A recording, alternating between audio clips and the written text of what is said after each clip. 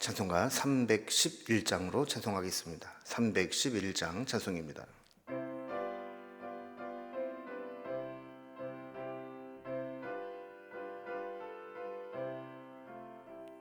내 너를 위하여 몸 버려 피 흘려 내 죄를 속하여 살기를 주었다. 널 위해 몸을 주건만 너무 주느냐. 널 위해 몸을 주건만 너무 주느냐. 아버지 보좌와 그 영광 떠나서 밤같은 세상에 만 백성 구하려 내 몸을 희생했건만 너무 어하느냐. 내 몸을 희생했건만 너무 어하느냐. 죄 중에 빠져서 영죽을 인생을 구하여 주시려 나 피를 흘렸다. 내 죄를 대속했건만 너무 어하느냐. 내 죄를 대속했건만 너무 어하느냐. 한없는 용서와 참 사랑 가지고 세상에 내려와 값없이 주었다. 이것이 귀중하건만 너무 주느냐. 이것이 귀중하건만 너무 주느냐. 아멘. 오늘 함께 나눌 하나님 말씀은 신명기 24장 10절에서 22절까지 말씀입니다. 신명기 24장 10절에서 22절까지 298면에 있습니다. 말씀을 제가 봉독하겠습니다. 내 이웃에게 무엇을 구워줄 때에 너는 그의 집에 들어가서 전당물을 취하지 말고 너는 밖에 서 있고 내게 꾸는 자가 전당물을 밖으로 가지고 나와서 내게 줄 것이며 그가 가난한 자이면 너는 그의 전당물을 가지고 자지 말고 해질 때에 그 전당물을 반드시 그에게 돌려줄 것이라. 그리하면 그가 그 옷을 입고 자며 너를 위하여 축복하리니 그 일이 내 하나님 여호와 앞에서 내 공의로움이 되리라. 곤궁하고 비난한 품꾼은 너희 형제든지 내 땅 성문 안에 우거하는 객이든지 그를 학대하지 말며 그 품삯을 당일에 주고 해진 후까지 미루지 말라. 이는 그가 가난함으로 그 품삯을 간절히 바람이라. 그가 너를 여호와께 호소하지 않게 하라. 그렇지 않으면 그것이 네게 죄가 될 것임이라. 아버지는 그 자식들로 말미암아 죽임을 당하지 않을 것이요 자식들은 그 아버지로 말미암아 죽임을 당하지 않을 것이니 각 사람은 자기 죄로 말미암아 죽임을 당할 것이니라. 너는 객이나 고아의 송사를 억울하게 하지 말며 과부의 옷을 전당 잡지 말라. 너는 애굽에서 종되었던 일과 네 하나님 여호와께서 너를 거기서 속량하신 것을 기억하라. 이러므로 내가 네게 이 일을 행하라 명령하노라. 내가 밭에서 곡식을 벨 때에 그 한 뭇을 밭에 잊어버렸거든 다시 가서 가져오지 말고 나그네와 고아와 과부를 위하여 남겨두라. 그리하면 네 하나님 여호와께서 내 손으로 하는 모든 일에 복을 내리시리라. 네가 네 감람나무를 떤 후에 그 가지를 다시 살피지 말고 그 남은 것은 객과 고아와 과부를 위하여 남겨두며 네가 네 포도원에 포도를 딴 후에 그 남은 것을 다시 따지 말고 객과 고아와 과부를 위하여 남겨두라. 너는 애굽 땅에서 종되었던 것을 기억하라. 이러므로 내가 네게 이 일을 행하라 명령하노라. 아멘. 오늘은 어제 말씀에 이어서 우리가 살아가면서 생활 속에서 만날 수 있는 여러 가지 상황들, 그때 어떻게 율법의 정신을 실천하며 살아갈 수 있을 것인가 하는 부분들을 살펴보게 됩니다. 특별히 하나님의 백성으로 구원받은 자가 어떻게 살아가야 될지를 말씀하고 있죠. 특히 돈을 구워주면서 담보물로 잡을 때 잡을 수 없는 것들, 이런 것들을 규정합니다. 또 품삯을 줘야 될 때 어떻게 지불해야 되는지 규정을 합니다. 또 연좌제 이런 것도 금하고 각자의 잘못은 자기만 책임을 지도록 했습니다. 이렇게 이제 사회적 약자들을 보호하고 배려하는 규정들이 있습니다. 하나님의 공의와 또 사랑의 정신이 없으면 사람은 힘의 논리에 이끌리기가 쉽습니다. 힘 있는 사람들은 자기의 가진 힘을 폭력처럼 이용해서 약자들을 억압하고 착취하기가 쉬운 것이죠. 하나님은 하나님의 백성들에게 이런 일이 일어나지 않도록 약자 편에서 약자를 보호하는 율법들을 정해 놓으셨습니다. 오늘 본문의 내용을 단락별로 구분을 해보면 먼저 10절에서 13절까지는 전당물에 대한 규정입니다. 전당물을 잡을 수 있고 잡을 수 없는 것들을 규정해 놓았습니다. 14절, 15절은 품삯을 어떻게 지불해야 되는지 품삯 지불의 규정입니다.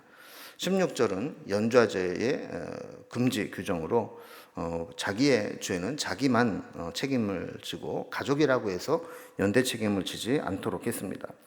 그 외에 여러 가지 상황들 가운데 17절에서 20절까지는 사회적 약자들을 보호하는 그런 규정들을 다루고 있습니다. 먼저 첫 번째 단락을 봅니다. 전당물을 잡을 수 있는 것, 잡지 못하는 것에 대한 규정입니다. 자, 이웃에게 돈을 구워주기 위해서 담보물로 잡으려 할 때 잡을 수 있는 그런 규례들이죠. 자, 오늘 말씀은 오늘날 그대로 지키라면 이제 금융거래에 혼란이 생길 수 있는 문자적으로 해석하기가 어려운 내용입니다. 10절과 11절 말씀의 핵심은 돈을 빌려주면서 담보물을 잡을 때 채권자는 채무자의 집에 들어가서 가져올 수 없고 또 채권자가 원하는 담보물을 설정할 수 없다는 겁니다. 오직 채무자가 가지고 나오는 것만 담보물로 잡을 수 있다는 것이죠. 이 말씀을 보면 돈을 구워줄 때 동족에게는 이자를 받을 수 없지만 담보물은 요구할 수 있는 것을 보게 됩니다. 그렇다고 해서 이 채권자에게 유리한 입장을 악용해서 빌려준 돈 이상의 무리한 담보물을 갈취하지 못하게 한 규정입니다. 대개 돈을 꾸는 사람은 급한 사람입니다. 그리고 쉽게 갚기가 어려운 경우가 많죠. 가난한 사람이 돈은 조금 빌려 쓰고 담보물로 더 큰 것을 잃어버리지 않도록 이렇게 규정을 만들어 놓은 것입니다. 12절과 13절을 보면 만약에 채무자가 가난한 사람이라면 생활 필수품이나 생계에 꼭 필요한 것들은 해가 지기 전에 그것을 돌려주도록 했습니다. 그것을 가지고 자지 못하게 한 것이죠. 지난번에 살펴본 6절에서 식사를 준비해야 되는 맷돌을 저장답지 못하게 한 것과 같이 사회적 약자들의 생존권을 보장하는 데 목적이 있는 율법입니다. 채무자의 성의와 신용의 표시로 담보물을 취할 수 있지만 그 담보물이 가난한 자인 경우에는 하루를 넘기지 못하도록 했습니다. 성경에 보면 절대로 하루를 넘겨서는 안 되는 것들이 몇 가지 있는데 아까 살펴본 것처럼 식사를 위해서 빵가루를 만들어야 하는 맷돌, 그리고 가족의 생계를 이어야 할 사람들, 가난한 사람들의 하루 품삯, 낮에는 옷으로 밤에는 이불로 사용되는 겉옷, 이런 것들은 담보물로 잡을 수 없고 설령 잡아도 해지기 전에 돌려주도록 했습니다. 자, 이렇게 하는 것은 하나님께서 사회적 약자들이 그런 어떤 돈을 꿈으로 인해서 생계의 또 생존의 위협을 느끼지 않도록 하는 보호하는 의미가 있는 것이죠. 두 번째 단락을 보면 이제 품삯 지불 규정입니다. 전체적으로 14절부터 22절까지는 불우한 이웃들에 대한 규정들을 다루고 있는데 14절 말씀을 보면 곤궁하고 비난한 품꾼은 형제든지 계기든지 학대하지 말라 이렇게 규정을 하고 있습니다. 약자라고 해서 가진 것이 없다고 해서 학대하거나 함부로 대해서는 안 된다는 것이죠. 그리고 15절에 보면 가난한 품꾼의 품삯은 당일에 지급하라고 말씀합니다. 가난한 품꾼에게 그날 품삯을 지불하지 않는 것은 그와 그의 가족들이 그날 굶어야 할 수 있다라는 것을 의미하는 겁니다. 돈이 여유가 있는 사람은 오늘 못 받으면 내일 받으면 되고 내일 못 받으면 모레 받으면 됩니다. 준다는 보장만 있으면 며칠 늦어져도 큰 문제가 되지 않습니다. 그러나 가난한 사람은 상황이 다르다는 겁니다. 그날 받아야 그날 식구들과 먹을 수 있는 것이 생기기 때문입니다. 그러니 그날 일한 것에 대한 그날 품삯을 받는 게 얼마나 소중합니까? 하루 종일 일하면서도 저녁에 품삯을 받을 것만 생각하면서 기다리고 열심히 일을 했을 겁니다. 15절에도 보면 그가 가난함으로 그 품삯을 간절히 바람이라 그랬습니다. 그래서 만약에 그렇게 바라던 품삯을 그날 받지 못하게 되고 빈손으로 돌아가게 된다면 그가 하나님께 호소하지 않겠느냐 하는 겁니다. 그래서 품삯을 지불하지 않음으로 인해서 가난한 자가 하나님께 호소하게 되면 그것은 여호와 앞에 죄가 될 것이다. 이렇게 말씀하는 겁니다. 세 번째 단락은 연좌제 금지 규정입니다. 16절은 한 사람의 잘못으로 인해서 가족이 연대적으로 피해를 입는 일이 없도록 했다라는 거죠. 아버지는 자식이 잘못한 것 때문에 죽임을 당하지 않게 하고 자식들 역시 아버지의 잘못으로 죽임을 당하지 않게 했습니다. 그러니까 자기의 죄나 잘못은 자기가 담당하면 되는 것이지 그것으로 인해서 가족 전체를 처벌하지 못한다는 것이죠. 네 번째로 사회적 약자에 대한 여러 가지 상황에 대한 규정입니다. 17절과 18절은 특별히 객이나 고아를 보호하는 말씀입니다. 객이나 고아는 구약 성경에서 과부와 함께 가장 힘없는 약자의 전형적인 계층입니다. 이들은 가난하고 가진 것이 없을 뿐만 아니라 그들을 사회적으로 보호해주고 지지해주는 기반이 없습니다. 그들에게 최후의 보루는 법이죠. 법으로 보호를 받지 못하게 되면 그들은 살 수가 없습니다. 그래서 저들도 애굽에서 종살이하면서 억울한 일을 당했던 것들을 생각하면서 그들에게 어려운 일을 당하지 않도록 송사를 할 때 억울하게 당하지 않도록 하라고 했던 거죠. 그리고 과부의 옷은 전당 잡지 못하도록 그렇게 해서 최소한의 재산권을 보호해 주었습니다. 19절부터 22절까지는 이제 추수할 때 가난한 자들을 위해서 일부분을 남겨두라 하는 말씀입니다. 사실 부유한 사람들, 처음부터 부유하게 태어나서 부유하게 살아온 사람들은 가난한 사람들의 힘든 여건들, 어려움들을 보지 못할 수 있습니다. 그래서 대수롭지 않게 가난한 자들이 보기에는 아주 심각한 것들을 그저 아무렇지도 않게 하면서 가난한 자들에게 상처가 되는 일을 할 때가 있습니다. 이 대표적인 것이 추수할 때입니다. 농경사회에서는 추수하는 날이 가장 기쁘고 풍성한 잔칫날이고 또 양을 치는 이들에게는 양털을 깎는 날이 가장 기쁜 잔칫날입니다. 그래서 추수해서 저장을 해드리고 나면 잔치를 벌이게 되는데 사실 그때 이렇게 추수하고 저장하고 힘써 일하는 사람들은 사실 가난한 사람들이죠. 부자들은 품삯을 주고 일을 시키고 가난한 사람들은 죽도록 일을 하지만 그게 자기 게 아니라 사실 부자의 것이 됩니다. 이때 부자가 이건 내 거야 그러면서 싹쓸이를 해가듯이 모두 거두어가 버리면 가난한 사람들은 그 기쁨과 풍요로움에 참여하지 못하고 오히려 비교의식으로 박탈감을 느끼게 됩니다. 그래서 고아와 과부와 객을 위해서 추수할 때 악착같이 추수하지 말고 좀 그들이 가져갈 수 있도록 남겨두는 배려를 하도록 한 것이죠. 19절 말씀 보면 밭에서 곡식을 벨 때 그 한 뭇을 밭에 잊어버리고 두고 왔다면 다시 가서 가져오지 말고 가난한 자들을 위해서 그냥 남겨두라 하는 겁니다. 한 뭇은 한 단을 의미하는데 한 더미를 의미합니다. 레위기에 보면 사실 이렇게 두고 온 것을 찾지 말라고 할 뿐만 아니라 일부러 다 걷어들이지 말고 곡식단이나 이삭을 떨어뜨려 놓아서 가난한 자들이 주워갈 수 있도록 했습니다. 또 20절에 보면 감람나무 열매의 추수도 이야기합니다. 만약에 감람나무 열매에서 그 열매를 추수했다면 다시 확인하지 말고 그냥 오라는 겁니다. 악착같이 확인하고 또 하고 해서 다 따가지 말라는 거죠. 1차 수확을 했으면 남은 것은 고아와 과부와 객을 위해서 남겨두라는 겁니다. 21절에 보면 포도원의 포도 수확도 마찬가지입니다. 고아와 과부와 객을 위해서 다 따가지 말고 남겨두라는 겁니다. 자기 것이라 할지라도 악착같이 다 챙겨가게 되면 그것은 가진 자의 사회적 책무를 다하지 못하는 것이라는 겁니다.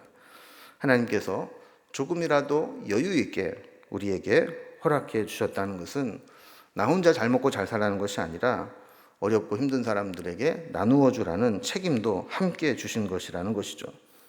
가난한 자에게 가진 자가 가난한 자에게 베풀지 않으면 가난한 사람들은 부자에게 굴욕적인 자세를 가지고 살 수밖에 없습니다. 그것이 얼마나 비참한 것인지는 가난을 통해서 굴욕을 당해본 사람만 알고 있죠.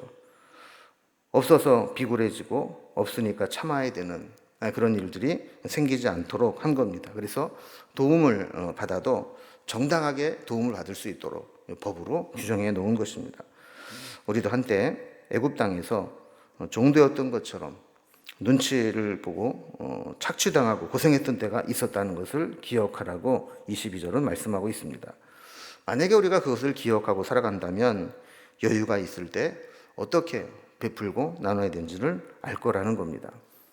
이렇게 우리가 살아가면서 여러 상황들을 만나게 되는데 이때 이기적으로 세상의 어떤 무한 경쟁이나 자본주의 논리로 살아갈 것이 아니라 노블리스 오블리제와 같은 그런 책임을 감당하는 사회적 의무를 감당하는 그런 삶을 우리 믿는 자들부터 실천하며 살아야 한다는 것이죠. 우리에게 혹시 하나님께서 은혜를 주셔서 이런 여유가 있다면 기꺼이 나누고 베푸는 사회적 책무를 잘 감당하며 살아갈 수 있기를 주님의 이름으로 기원합니다. 기도하겠습니다. 하나님 아버지, 오늘도 우리 말씀을 통해서 우리가 세상을 살아갈 때 어떤 자세로 살아가야 되는지를 가르쳐 주시니 감사합니다. 우리에게 하나님께서 여유로운 삶을 허락해 주셨고 조금이라도 나눌 수 있다면 그 책무와 사명을 잘 감당하며 살아갈 수 있도록 인도해 주옵소서.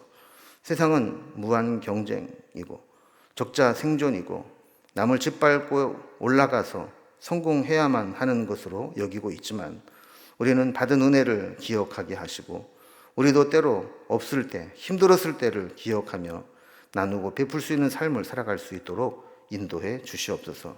우리에게 나눌 수 있는 삶을 허락해 주시기를 소망하며 예수님의 이름으로 기도드리옵나이다. 아멘. 각자의 기도 제목들로 자유롭게 기도하시겠습니다.